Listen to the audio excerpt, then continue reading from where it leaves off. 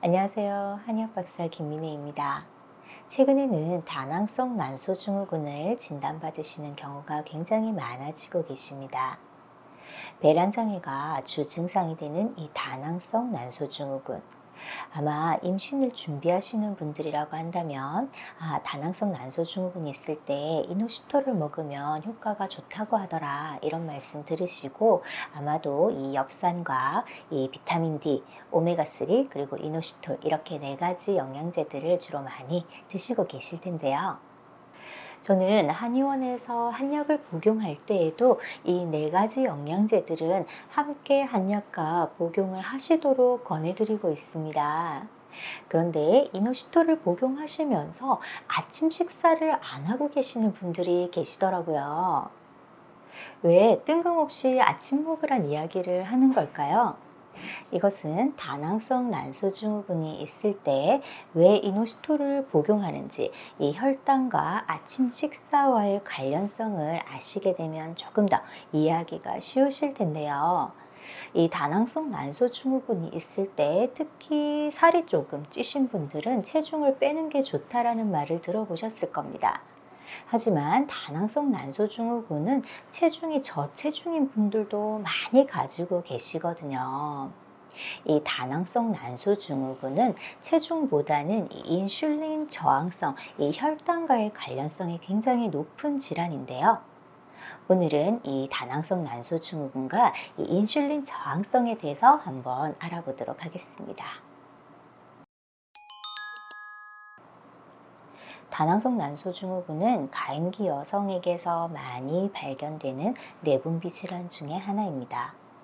5에서 10% 정도의 여성이 이 다낭성 난소증후군을 가지고 있다라고 하니까 상당히 흔한 질환 중의 하나인 거죠. 다낭성 난소증후군은 생리불순 또는 고안드로겐 혈증 또는 난소에 이 다낭포가 보이는 이 초음파상에서 다낭포가 보이는 이 세 가지 증상 중에서 두 가지 이상을 가지고 있었을 때, 또 이러한 증상들을 유발하는 다른 원인 질환이 명확한 원인 질환이 없었을 때 주로 진단을 하게 되는데요.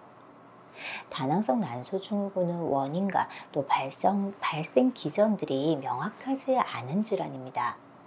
다모증이나 여드름을 많이 가지고 있고 또 비만을 동반하는 경우가 많다라고 하지만 한국인 여성들은 이러한 증상들이 전혀 없는 경우들도 많으시죠. 다낭성 난소증후군의 치료는 완치 개념이 아니라 증상에 맞추어서 관리 개념으로 치료에 접근을 하셔야 되는데요. 다낭성 난소증후군의 대표 증상은 다음과 같습니다. 먼저 생리 주기가 불규칙해지는 생리불순이 있겠죠. 그리고 생리 주기의 문제를 가지고 있기 때문에 자궁 내막의 상태가 불규칙해지고 두꺼워지기도 하고, 또는 자궁 내막암의 위험도가 증가할 수 있는 문제들이 있을 수가 있습니다. 세 번째는 배란장애가 있기 때문에 난임의 문제를 가지고 있을 수 있고요.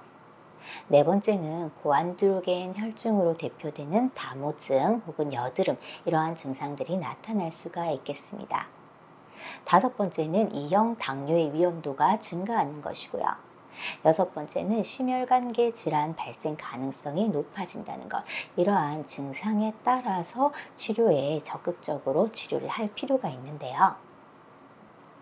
이러한 증상에 맞추어서 치료하는 이런 치료 방법들이 대표적인 비수술적인 치료에 해당하는데요. 이러한 비수술적인 치료 같은 경우에는 치료의 반응도가 굉장히 느린 편이기 때문에 치료 기간이 수개월이 걸리는 경우들이 많습니다. 그렇기 때문에 이런 치료를 할 때 이런 생활 관리가 병행이 된다면 치료 효과를 훨씬 더 빠르게 높일 수가 있고, 호르몬의 안정화에 보다 좋은 긍정적인 역할을 할 수가 있겠죠. 특히 다낭성 난소증후군은 대사장애를 동반하는 경우가 많고, 이런 대사장애가 바로 인슐린 저항성을 높이는 원인 질환이 되죠. 그래서 다낭성 난소증후군이 있을 때 이형 당뇨의 유발 위험도가 높다라고 보고되어 있는 것이고요.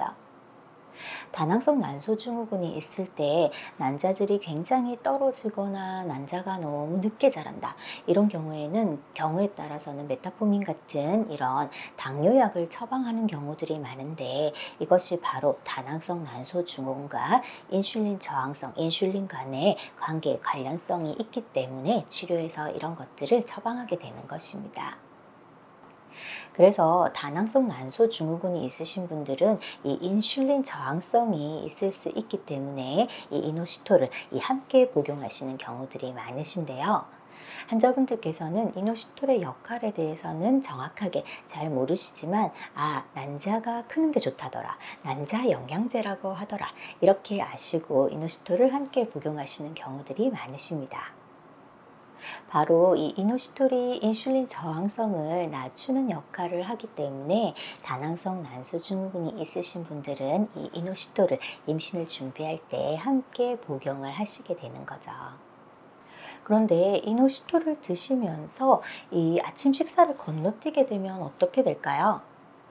아침 식사를 건너뛰게 되면 이전 저녁부터 우리 점심 때까지 굉장히 공복 시간이 길어지겠죠.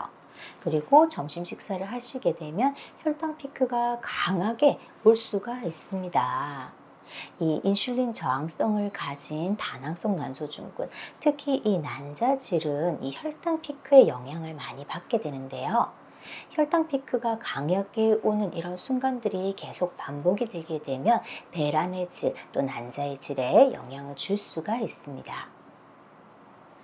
제가 한약을 복용할 때 식단을 제한하거나 이 가리는 음식들을 많이 강조를 하지 않는 편인데요. 하지만 이 다낭성 난소 증후군이 있는 분들께는 꼭 아침 식사를 하시고 또 규칙적으로 식사 시간을 지켜서 식사를 하시는 것을 권해드리고 있습니다. 이 혈당이 쉽게 오르지 않는 식단, 이 굉장히 말이 어렵죠. 하지만 살이 잘 찌지 않는 식단, 굉장히 말이 금방 귀에 쏙쏙 들어오죠. 우리 다낭성 난소 증후군이 있을 때 체중을 빼라는 말들을 많이 들어보셨을 겁니다. 다이어트 식단을 이용하라는 것인데요. 이 다이어트 식단이 살을 빼라는 의미보다는 이 혈당을 조절하는, 이 정확한 혈당 조절하는 식단이라고 보시는 것이 조금 더 정확할 거예요. 특히 저체중을 가지신 분들, 체중이 적게 나가시는 분들이 있습니다. 이런 분들은 체중을 빼서는 안 되죠. 하지만 이런 분들도 식사 시간이 굉장히 불규칙한 경우들이 많으세요. 이 아침, 점심 제대로 안 드시고 저녁을 굉장히 많이 드신다거나 혹은 저녁 식사 시간에 굉장히 짜고 매운 음식들을 선호하신다거나 이런 분들은 이 다낭성 난소 증후군이 있을 때 우선은 아침, 점심 식사는 꼭 하시는 것이 좋고 저녁 식사를 조금 양을 줄이는, 우리가 정말로 정석적인 다이어트 식단에서 이렇게 하죠. 그러니까 이런 식단들을 응용해 보시면 이 다낭성 난소 증후군을 치료 관리하는 데 도움이 되실 것 같아요.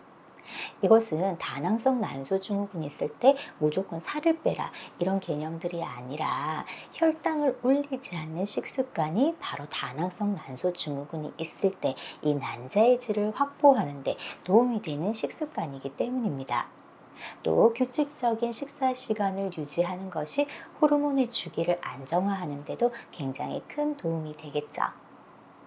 다낭성 난소 증후군은 비수술적인 치료이기 때문에 치료의 반응이 굉장히 서서히 오게 됩니다. 하지만 이런 식단 관리를 병행해 주신다면 치료의 속도를 조금 더 빨리 올릴 수가 있겠죠. 만약에 다낭성 난소 증후군이 있으신 분들 중에서 이노시토를 복용하고 계시거나 혹은 이노시토를 복용하지 않으신다 하시더라도 이런 다낭성 난소 증후군이 있는 분들이라면 이 가장 보편적인 우리 식단 관리죠. 아침 식사하고 이런 것들이 다낭성 난소 증후군에 어떤 역할을 하는지를 한번 이해해 보시고 오늘부터 아침 식사 그리고 규칙적인 식습관, 아침, 점심은 조금 많이 드셔도 되지만 저녁 식사는 아침, 점심에 비해서는 조금 적게 하는 이런 바른 식습관을 함께 병행하신다면 치료 관리에 많은 도움이 되실 것 같습니다.